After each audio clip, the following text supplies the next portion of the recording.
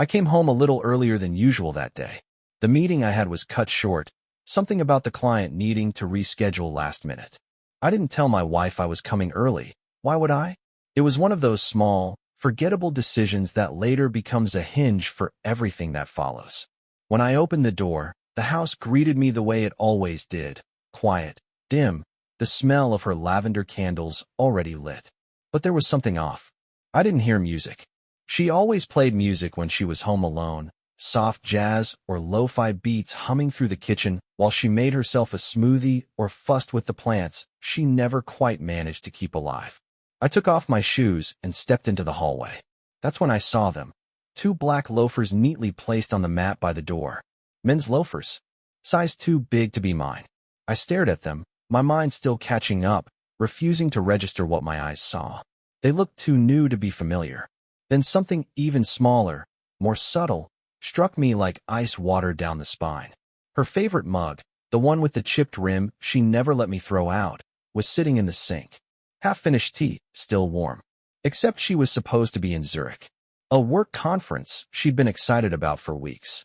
She had left that morning with her suitcase, kissed me goodbye with the same polished smile she always wore, and disappeared into what I thought was a perfectly ordinary business trip. And now her mug was here. I didn't go looking for her. I didn't call out. I didn't check the bedroom. I just stood in the kitchen, staring at that mug, letting the weight of its existence hammer something loose in my chest. I noticed then the faint scent in the air, not lavender, not her usual perfume, but something cologne-heavy, foreign. My hands didn't tremble. I didn't feel rage or heartbreak. Just cold. A strange, calculated chill that settled into my bones and told me, very clearly, something is broken. I checked my watch. 4:42 p.m. She had texted me just 20 minutes ago, landing now. I'll call you when I get to the hotel. So unless she'd found a teleportation device, she wasn't in Zurich. She was here, and she was lying. I opened the bedroom door as quietly as I could. It was empty. The bed was untouched. The guest room too. Bathroom, nothing. But the shower floor was wet. Not steamy. Recently used. I walked back down the hall and sat on the living room couch. The silence of the house wasn't peaceful, it felt staged. Like someone had arranged it to look normal, but forgot the small details.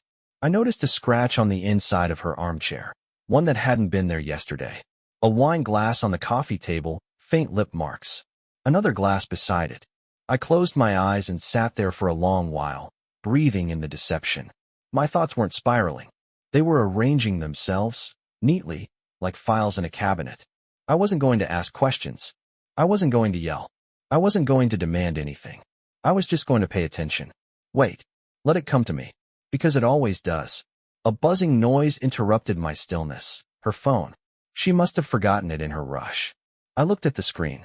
A message lit it up from a contact saved as Andre Yoga. Just one word. Already miss you. I didn't unlock the phone. I didn't need to.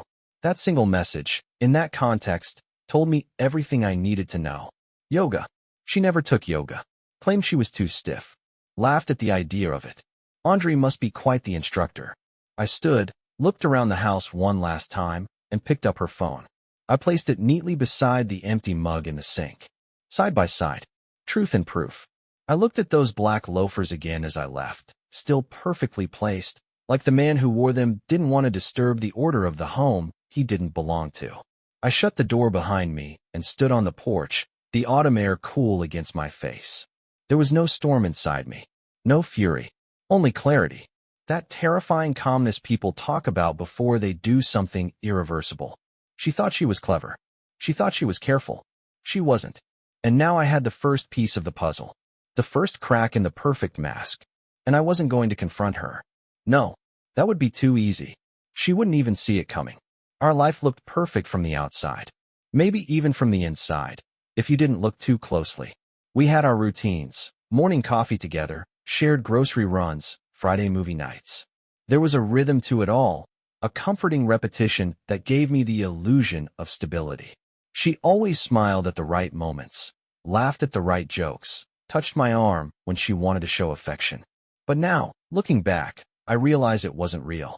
It was a performance, and I had front row seats without knowing the play had changed. The first shift was so subtle I didn't even register it. She started going to sleep earlier. No more late-night talks in bed, no more spontaneous intimacy. When I asked if something was wrong, she said she was just tired. Work had been stressful. She was working on herself. "I need more time for me," she said once, casually, over breakfast, like it was the most natural thing in the world. And maybe it was. But something in the way she said it made me pause. We never did things alone. Not really. That had always been our strength. We were a team. Or so I thought. Then came the girls' nights. At first, it was once a month. Then twice. Then every weekend. "You wouldn't enjoy it anyway," she'd say with a quick kiss on the cheek and a spritz of new perfume I'd never smelled before. Expensive. Too bold for her usual taste. One night I went to the garage to get a flashlight and noticed her gym bag in the back seat of the car. It was still zipped, but the scent hit me before I even opened it. Strong cologne, not hers. Inside, an unopened box of condoms buried under workout clothes. I stood there, staring, feeling that same cold I would later come to know so well. She told me she was going to yoga with friends. I never knew condoms were standard for a downward dog. Still, I said nothing. Not yet. Instead, I watched.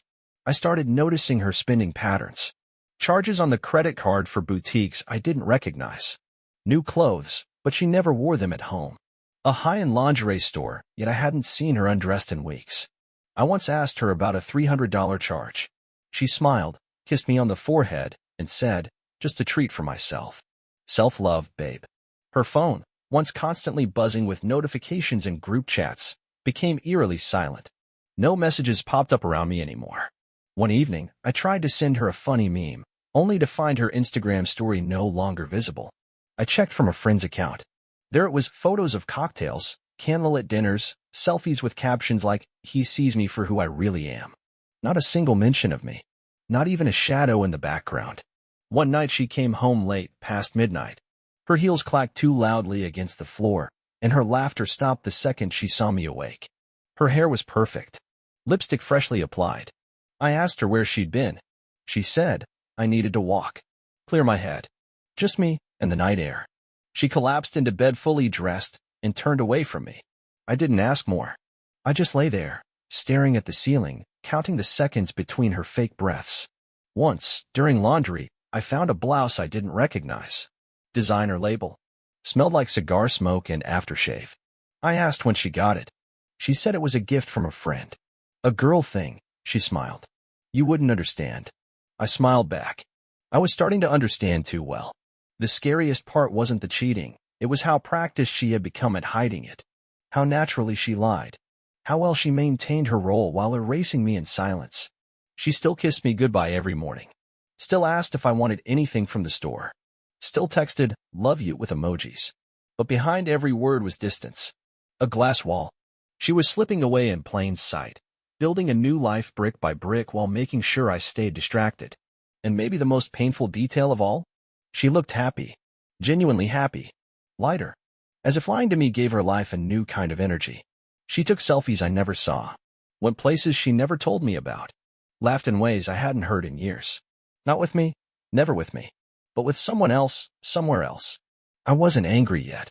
I was watching, waiting, studying. I was letting her dig her own grave, brick by brick, smile by smile. And I knew one thing for sure. When the moment came, I wouldn't yell. I wouldn't cry. I'd smile too. Because her performance was flawless. But I had started writing a script of my own. And I was going to make sure it ended perfectly. For me. She was standing by the kitchen window, casually scrolling through her phone when it buzzed in her hand. Her body stiffened just slightly, so subtly I almost missed it. Then she forced a yawn and mumbled something about needing to use the bathroom. She took her phone with her. Nothing unusual on the surface. But she closed the door. Locked it. That was new. Our bathroom had no locks. She'd never used one before. Not even when showering. I sat perfectly still, lowering the TV volume almost instinctively.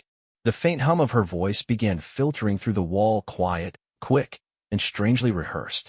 I leaned slightly to the side, catching fragments through the hallway. "You're bad." No, he didn't notice anything. "I told you he's clueless." Then a giggle. Soft. Flirty.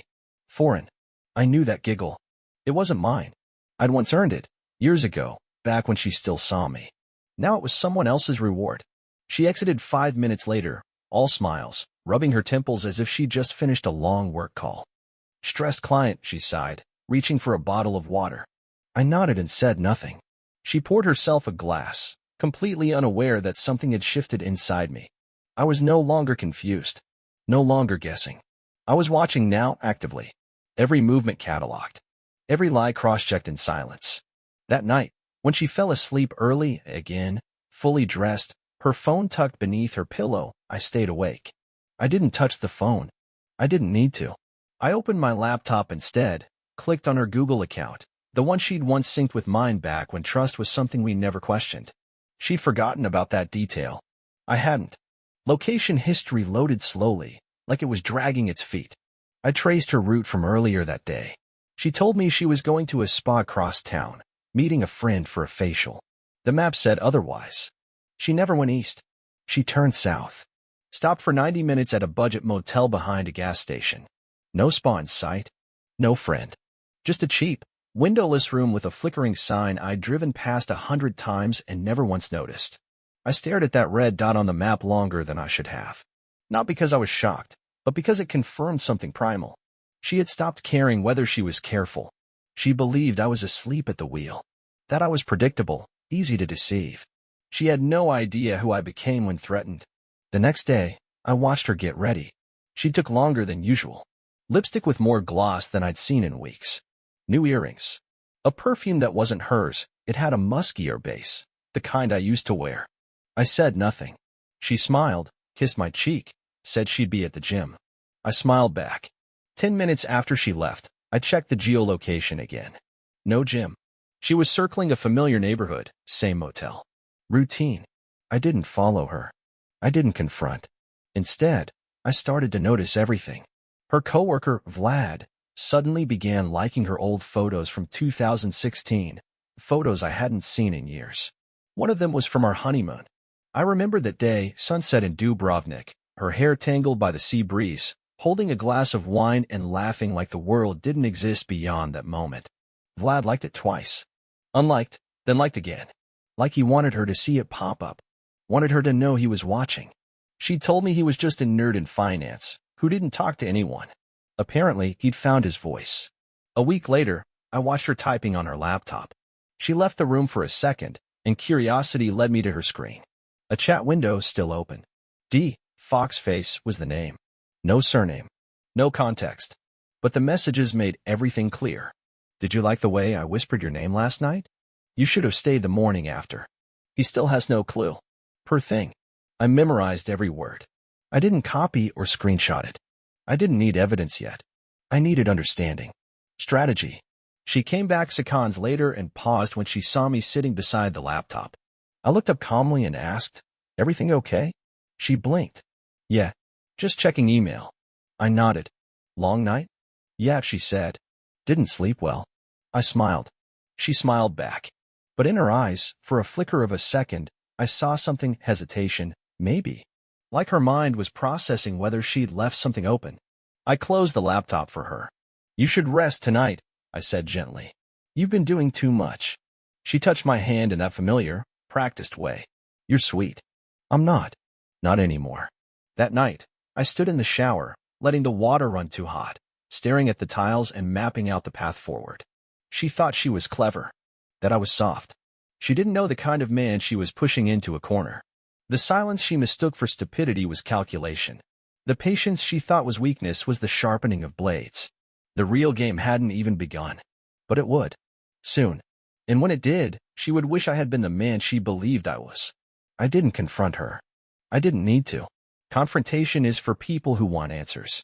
I already had mine. I just needed confirmation. And maybe something better, control.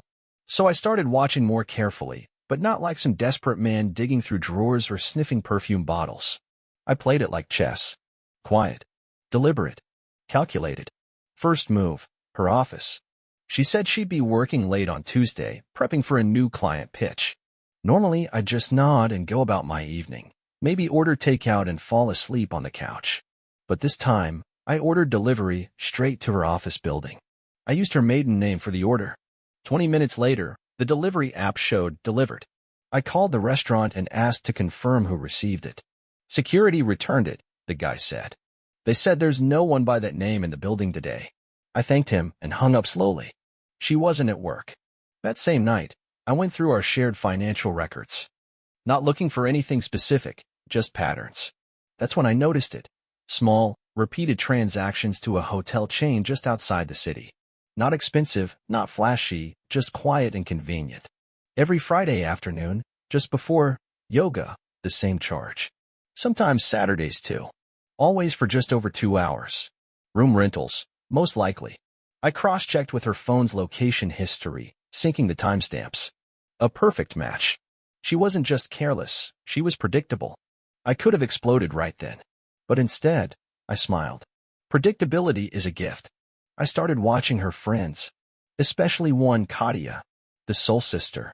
She mentioned her name often enough to make it sound casual, but never gave details. So I went looking. Katia's social media was open and more honest than hers. A few tagged photos showed my wife in the background of places she'd never mentioned, rooftop bars, daytime brunches on workdays, always dressed like someone chasing a high, not a husband. I noticed one consistent detail, a man. Same guy in 2 different photos. Dark hair. Always standing close. Never tagged. That was the key. I ran a reverse image search. 10 minutes later, I had a name. LinkedIn profile. Company. Married. Children. A senior manager at a partner firm we'd worked with before. I remembered shaking his hand at a holiday party 2 years ago. My wife introduced us. Back then, I thought nothing of it. Now, I remembered the way she touched his arm when she laughed.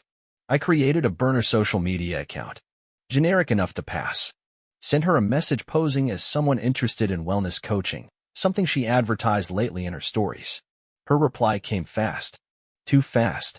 Full of emojis and overly friendly tone. She invited me to a private yoga group. I said I wanted to know if she was available for private sessions. She responded with, "I don't teach alone anymore," winking face. I screenshotted everything. No emotion. Just documentation. I wasn't building a case. I was carving a path. On Thursday night, she left her laptop open again. Careless. I didn't touch anything, but I sat near it, timing her return. I asked a simple question. Do you want to take a trip in April? Maybe somewhere quiet, like we used to? She paused. Her eyes flicked toward the screen, then to me. Maybe. I'll have to check my schedule. Her voice was calm, but I saw it, the brief flicker of calculation. She was weighing whether to lie or deflect. I changed nothing in my tone. Let me know. I miss how we used to travel. Then I leaned in and kissed her forehead. She smiled, but her body stiffened. She was scared not of me, but of being discovered. That told me I was getting close. The next day, I called a friend who owed me a favor. He worked in IT security. I asked him to help me track login activity on our shared home network. I wanted to know when and where her devices were connecting. We logged her phone accessing a remote desktop during hours she claimed to be offline. Files transferred. Photos. A few marked private. We couldn't open them. Didn't need to. The file names alone were obvious. I asked another friend, a mutual acquaintance of ours, to send her a flirty message from a burner account. Something polite but suggestive. I just wanted to see if she'd bite. She didn't reply directly, but blocked the account within minutes. Too fast. A guilty reflex. That night, I planted a small question at dinner. Do you think monogamy is natural? She blinked, caught off guard. Where did that come from? I shrugged. I read something today. About open relationships. Just made me think. She laughed nervously. Well, it's not for me, she said too quickly. Then added, not for us. I smiled and nodded, cutting into my steak, pretending I was satisfied. She looked relieved. That was her mistake. She assumed I believed her. She assumed silence meant defeat. What she didn't know was that every move she made gave me more leverage. Every lie sharpened the blade. Every glance, every deleted message, every whisper in the bathroom, I cataloged it all. Not to catch her. To prepare. Because I wasn't going to destroy her with rage. I was going to ruin her with precision. She thought we were going out to celebrate. I told her I had a surprise, a reservation at a rooftop restaurant downtown, the kind with candlelit tables and a view of the skyline that made everything below feel small and irrelevant. She dressed carefully, not for me, but for the version of herself she liked to present to the world. polished, radiant, untouchable. I watched her from across the room as she adjusted her earrings, sprayed perfume onto her wrists, and smiled into the mirror like someone preparing for a performance. I didn't compliment her. I just said, "You ready?" and handed her coat. The restaurant was crowded, warm, alive with conversation and clinking glasses. I'd reserved a corner table near the glass, enough privacy for the show, but still with an audience. She ordered wine before I even sat down, leaned across the table, and said, "So what's the surprise?" I looked at her for a long moment. "It'll come soon." She laughed, probably thinking I'd arranged flowers or music. She was still playing the role, still thinking she had control. 5 minutes into dinner, our waiter appeared, not with food, but with a small black envelope. He handed it to her with a smile, said, "From your husband," and walked away. She looked at me, confused, then opened it. Inside were 3 printed photographs. The first showed her walking into a hotel with a man's hand on the small of her back. The second, the two of them through a window, silhouettes tangled in intimacy. The third, her face, close to his, unmistakable, lips brushing his neck. For a second, everything stopped. She blinked, slowly, as if trying to wake from a dream. Her fingers trembled, but she tried to recover, sliding the photos back into the envelope like it would make them disappear. "This isn't what it looks like," she said. I said nothing. She leaned in, lowering her voice. "He was just a friend. We were talking. I didn't sleep with him, I swear." I tilted my head slightly. "Talking. That's what you call it." She flushed. "It was a mistake. A moment. I didn't mean for it to go that far." I picked up my glass. "You've been meeting him for months. The same hotel. Same time. Same lies." Her expression shifted, just slightly, from panic to calculation. "Maybe if you'd been more present," she said. "Maybe if you didn't act like a roommate, I wouldn't have had to look elsewhere." I smiled. Cold. Precise. "So it's my fault you're a liar?" She crossed her arms. "You don't understand what it's like. You're always so composed. So in control." I felt invisible. I nodded slowly. "And sleeping with someone else made you feel seen?" She said nothing. I leaned forward, voice even. "I saw everything, long before you realized I was watching. The photos, the messages, the hotel bookings on our joint card. You left a trail so obvious, it insulted my intelligence." She swallowed hard. "Are you going to make a scene?" I looked around the restaurant, then back at her. "No, you already did." Her face fell. For the first time, her mask cracked, not from fear, but from the realization that I wasn't angry. I wasn't wounded. I was done. I reached into my coat and placed her wedding ring on the table. She stared at it like it was a loaded gun. "What's this?" she asked, voice shaky. "That's your surprise," I said. "It no longer belongs in this story." She looked around again, suddenly small, unsure. "Please. We can fix this. We can talk." I stood. "You had months to talk. You chose silence. You chose lies. You chose him." She stood too, desperate now. "Don't throw everything away. We had years." "No." I interrupted, quiet but firm. "You threw it away. I just finally noticed where it landed." She looked at me like she didn't recognize the man in front of her. That made 2 of us. I turned and walked out, the sound of my shoes against the marble floor far louder than her silence. I didn't look back. Not when she whispered my name. Not when she started to follow. I'd already said everything. She wanted drama. She got distance. And that was far worse. She showed up the next morning, standing on my doorstep like nothing had shattered. Her face was a carousel of expressions, offended, wounded, apologetic, desperate. She opened with defense, of course. "Seriously?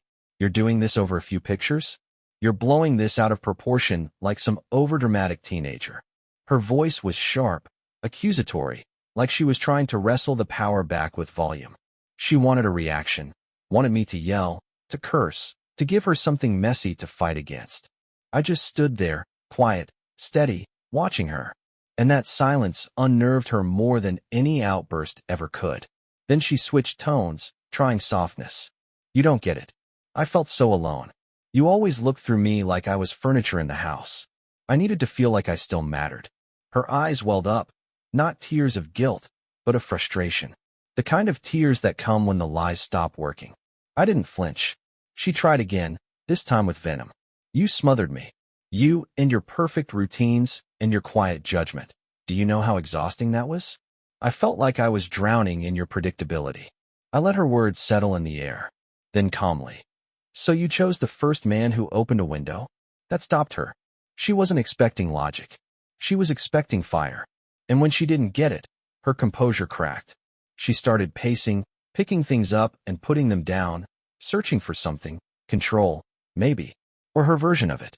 You can't seriously throw everything away like this, she snapped. You're not that cold. I raised an eyebrow. You think this is cold? I haven't even started being cold. Her face paled. Then, in a quieter voice, she tried again. It was a mistake. One mistake. I didn't plan it. It just happened. I didn't mean for it to go that far. I tilted my head. You didn't plan it, but you scheduled it, paid for it, and lied about it for months. That's not a mistake. That's a lifestyle. Her voice trembled now. Can we just talk? You're the one who always wanted to fix things. You always forgave. I stayed silent. And that silence tore through her like glass. She tried another angle, blame. You pushed me to this. You and your boring life, your quiet house, your safe little routines. I needed something real. I gave her the smallest nod. So you went looking for fake. Her mouth opened, then closed. She had nothing. She was unraveling. I gave you years, she hissed, desperation creeping into her voice. I stood by you when no one else did. I was there when you had nothing. I didn't blink. And when we built something, you turned around and shared it with a stranger. That's not loyalty. That's opportunism. She stared at me like she didn't recognize the man in front of her. Maybe she didn't. Maybe she thought I'd beg, cry, plead for answers. Instead, I just watched her disintegrate. What do you want from me? She finally asked, her voice cracking. To crawl? To beg? Is that what it takes? I stepped past her and opened the door. I want you to understand that I owe you nothing. Not a conversation, not closure, not even kindness. She stood frozen. You've changed, she whispered. No, I said quietly. I just stopped pretending. And with that, I left her standing in the same space where she once lied to me with a smile. Now she stood with trembling hands, an empty voice, and the unbearable truth. She no longer held anything over me. Not love, not guilt, not power. I didn't act out of rage. That's where most men fail. They react too soon. Let their emotions bleed all over the evidence. I moved with precision, quietly, efficiently, like a surgeon preparing for a clean cut. The first thing I did was meet with a lawyer. Not just any lawyer, a specialist in high-asset divorces and marital fraud. I brought him everything. Dates, transactions, screenshots, the GPS logs, her messages to her lover, her laughable attempts to twist the narrative. He reviewed it all in silence, then looked up and said, "She won't know what hit her." That was the first time I allowed myself to feel anything close to satisfaction. Next, I changed every password, bank accounts, shared cloud storage, insurance policies, even the streaming services. Small things, yes, but they mattered. She had grown used to comfort, to ease, to shared convenience. It would be death by 1,000 cuts. I froze the joint account she used most, left only a fraction in her personal card, just enough to keep her from noticing the change too early. Then I redirected my salary to a new, undisclosed account. The car she used, the one registered in my name, was picked up from her office parking lot while she was inside, working late. A simple tow order. She messaged me that evening, asking if the car had been stolen. I responded hours later with, "It was never yours." That same night, I visited her parents. Sat across from them with the same calm I perfected over the past few weeks. I didn't shout or play the victim. I simply showed them everything. Her lover's name, his marital status, the hotel visits, the messages where she mocked me behind my back. Her father's hands trembled. Her mother wept. They tried to defend her at first. Maybe it's not what it looks like, but truth has a way of silencing even the most desperate denial. I left them with a flash drive and a final sentence. She'll need you more than ever soon. Then came the social circle. We shared many mutual friends, and I knew which ones believed in loyalty. I scheduled coffee, lunch, casual drinks, one by one. I told them the story without bitterness, just facts, evidence, timelines. Her lies laid bare, without exaggeration. I didn't ask anyone to take sides. I just let the truth do what it always does, divide. I watched their eyes change as they realized who she had become. I could already feel the ground cracking beneath her feet. Finally, I filed the divorce papers. With full documentation of adultery, asset misuse, and reputational damage.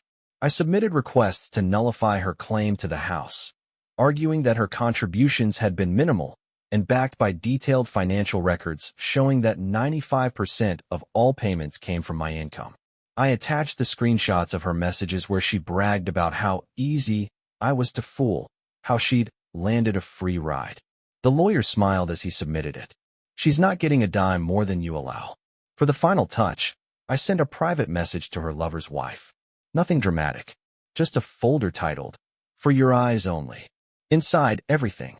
Dates, photos, names, hotel addresses, all time-stamped. No commentary, just truth. I didn't need to manipulate anyone. I let reality deliver the blow.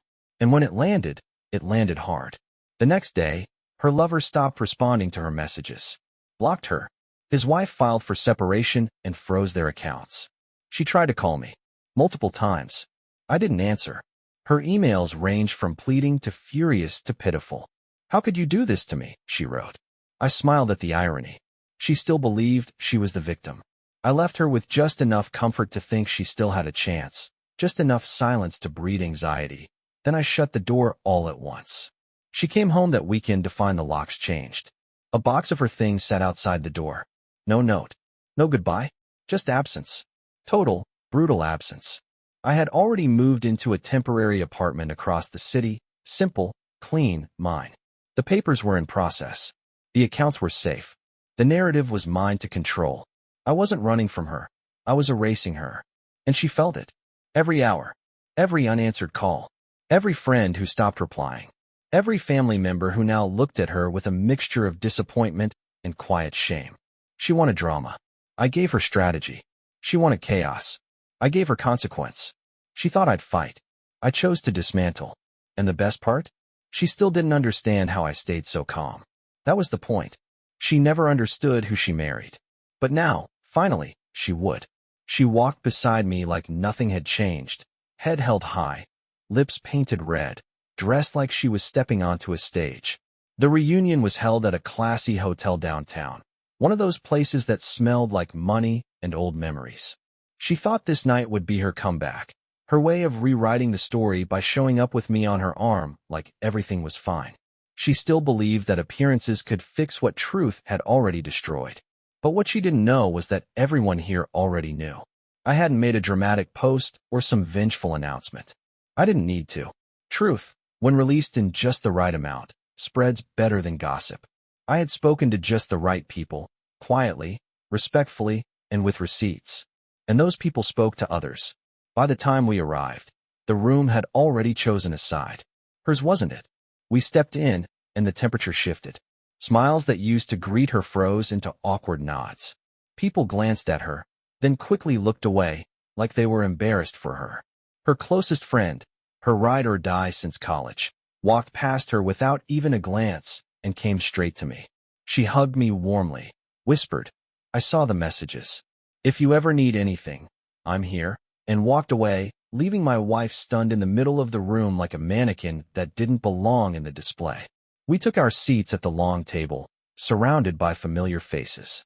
She tried to smile, to join the conversation, to throw in old jokes and charming asides, but her words floated in the air like dust. People responded politely, but their eyes were on me. She felt it. Her posture shifted. She started fidgeting with her napkin, her voice losing its usual performative smoothness. Then came the first blow. One of the guys, someone we'd vacationed with as couples, looked her dead in the eye and said, "It's sad how someone can have everything and still choose the worst." She tried to laugh it off, but it cracked. Her hand trembled as she reached for her wine. Someone else chimed in, this time louder. "How's Audrey? Still teaching yoga? Or just giving private sessions?" Laughter followed, but not the kind she was used to. Not the flattering, flirtatious kind. It was cruel. Sharp. She froze. Her smile faltered. She looked at me, maybe hoping I'd say something, defend her, redirect the room. I didn't. I just sat there, calm, collected, sipping my drink while the world she built on lies began to collapse in real time. Then her phone buzzed. She glanced at it and paled. One message. One name. The man she'd risked everything for had just blocked her. She stood up suddenly, her voice sharp. You people don't know anything. This is private. It's between us. Her voice cracked mid-sentence. The room fell into silence. That's when I placed my glass gently on the table, looked up at her, and said evenly, private ends where betrayal begins. That was it. No shouting. No revenge speech. Just truth delivered without emotion. And that was what truly destroyed her. She sat back down, visibly shaking. The energy had drained from her body. Her mask had slipped entirely. She looked around the room and realized no one was looking back. No one was rushing to comfort her. No one was defending her. Not her friends. Not her colleagues. Not even her parents, who were sitting 3 tables away, avoiding her gaze. I remained at the table, speaking with old friends, answering questions, smiling occasionally. I wasn't the one who had to leave. I wasn't the one wearing shame like a second skin. She left eventually, quietly, alone, heels echoing down the hallway like fading applause after a failed performance. I didn't follow. I didn't need to. I stayed exactly where I was, surrounded by people who finally saw the truth. She hadn't just lost me. She lost the illusion of control, of admiration, of innocence. She lost everything. And I didn't have to raise my voice to make it happen. The second confrontation wasn't planned. It never is. It happened 3 days after the reunion, when everything had already unraveled and she was desperate enough to believe that coming to my office, uninvited, would somehow fix the irreparable. She arrived in full performance mode again, but this time the cracks were impossible to hide.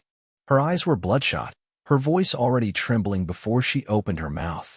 I had just finished a meeting when she stormed through the glass doors, followed closely by the receptionist who kept apologizing. I waved her off. I didn't need security. Not for this. We need to talk, she said, loud enough that a few heads turned from the open workspace. I motioned her into the conference room. She slammed the door shut behind us. How could you humiliate me like that? She hissed. In front of everyone? Her voice cracked mid-sentence, but the fury didn't. You think you're some kind of hero now? You think exposing me makes you better? I didn't answer. I just stared at her, tired. So tired of the theater.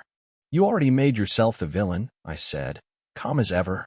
All I did was stop covering for you. That's when the shouting began. She threw her purse onto the table and pointed a shaking finger at me. You've always been this cold, calculating robot. I made one mistake, and you've turned it into a public execution. I laughed once, quiet, dry. You made one mistake, repeatedly, over months, in different hotels, with someone else's husband. That wasn't a mistake. That was a campaign.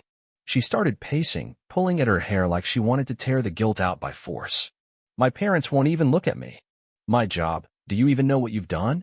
HR called me in yesterday. People are whispering in the halls. Clients are backing out. I folded my arms. Actions have consequences. You were fine with the lies. Now live with the truth. The door opened abruptly. Her father entered. Then her mother. Then, unbelievably, Andre. The man himself. The yoga friend. Her mother's face was pale, tight with emotion. Her father looked like he hadn't slept in days. Andre looked like he wanted to be anywhere else. What's going on? Her father demanded. We tried calling. You blocked us. She whirled around, pointing at me like I was a weapon. He turned everyone against me. He sent you all that stuff to punish me. Her father snapped. Stop. Just stop. We saw the messages. The receipts. The videos. You didn't make a mistake. You lived a lie. Her mother was crying silently. I stood still, watching the implosion. You think he's innocent? She screamed, gesturing at me. He ignored me for years. He made me feel like a ghost. Andre finally stepped forward, voice quiet but firm. You told me you were separated. You said the marriage was over. I didn't know. She cut him off. Don't you dare play innocent now. You knew exactly what you were doing. He backed away, shaking his head. No. I'm done. You lied to both of us. The room was electric, full of tension and boiling shame. She turned to her parents. You're just going to stand there? And blame me?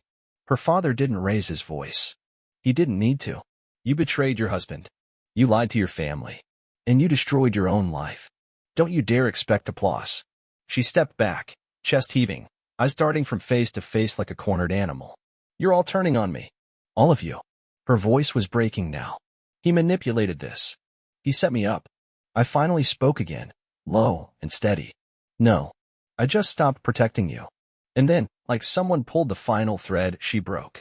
I gave you my life, she screamed. I gave everything. And now I have nothing because of you. I took a slow breath. No. You have nothing because of you. She lunged toward me, but her father stepped in. Enough, he said. Go home. I don't have a home, she shouted, hands shaking. He changed the locks. Because you gave him no choice, her mother whispered, almost too softly. We warned you. Audrey slipped out of the room, silent. Her parents followed. And she stood there, alone again, in a room full of ghosts she created herself. I watched her try to gather her things, drop them, curse under her breath, and finally slump into a chair. Defeated. She had nothing left to say. Nothing that could change the damage already done. I stood, walked to the door, and before leaving, looked back one last time. You always thought I'd be the one left behind. You were wrong. Then I walked out. Calm, unbothered, and very, very free. She faded quickly after that day. Not in some dramatic movie-style collapse, but in the quiet, humiliating way that real life deals with people who burn every bridge and then act surprised when they're left standing in smoke. She lost her job 2 weeks later. HR didn't cite the affair directly, of course not, but they reevaluated her position in light of recent internal conflicts and opted not to renew her contract. Translation: her reputation was radioactive. Clients started backing away, coworkers stopped including her in conversations, and her name stopped appearing on project emails. Word had traveled, and fast. Friends unfollowed her, blocked her stories, removed her from group chats. Even the ones who used to gossip with her now treated her like a bad smell in a closed room. No one wanted to be associated with someone that toxic, not because she cheated, but because she pretended she hadn't, then blamed everyone else when it blew up in her face. Her parents stopped inviting her over. Her mother texted sometimes, short, hesitant messages that felt more like obligation than care. Her father never answered her calls. She moved out of our city after a month of silence. No goodbye. Just disappeared. I only knew because someone sent me a picture of her working at a small coffee shop in a town 2 hours away. She wore a cap low over her face, apron smudged with syrup, wiping tables like she wanted to vanish into the floorboards. Audrey was gone too. As soon as the comfort, the shield, the illusion of excitement dried up, he vanished. No explanations. No confrontation. Just gone. She messaged me a week after the move. One sentence: I still love you. I stared at the screen for a moment, then typed back, that's strange. Because I can't even remember your name. She didn't reply. Not immediately. But the next day she called. I let it ring. Then again. Then again. The 5th time, I answered. Not because I wanted to hear her voice, but because I wanted her to hear mine. She was crying before she even said hello. Please, she started. Just let me explain. Just talk to me like a person. I said nothing. Just breathed. She went on. I've lost everything. Everyone. I don't sleep. I don't eat. I keep seeing your face when I close my eyes. I know I messed up. I know I was selfish. But you were always the one who brought me back. You were home. There was a pause. A quiet, broken silence. I don't want to be this version of me anymore, she whispered. I want to go back. To who we were. I waited a moment, let her sink into the silence between us. Then I spoke. You're not sorry for what you did. You're sorry you lost the life you destroyed. She began to protest, but I cut in. You want forgiveness to fix your guilt. But I'm not here to help you heal from the wounds you gave me. Her voice cracked. Please. Just once. Look me in the eye and tell me you don't care. I didn't need to answer. That night, she showed up at my door. Soaked from the rain. Hair clinging to her cheeks. Eyes swollen. Makeup running. She looked nothing like the woman who once stood there in control, in power, pretending to be untouchable. She looked small. Tired. Hollowed out. Please, she said again, her voice barely more than breath. Please just look at me. I stepped outside, closed the door behind me, and stared at her like a stranger. Because that's what she was now. A stranger wearing the skin of someone I used to know. She reached for my hand, but I stepped back. You know what hurts the most? I said, voice cold and clear. That I spent years trying to protect a version of you that never even existed. Her lip trembled. Her knees nearly buckled. I thought I could come back, she whispered. I thought if I lost everything else, I'd still have you. I looked her in the eye. You lost me the moment you chose him over honesty. She said nothing. She couldn't. She just stood there, trembling, waiting for something pity, a soft word, an invitation back. I gave her none. I stepped back inside, shut the door without slamming it, and let the sound of it end everything. And now, I'll ask you one thing. The only thing that matters. What would you have done in my place?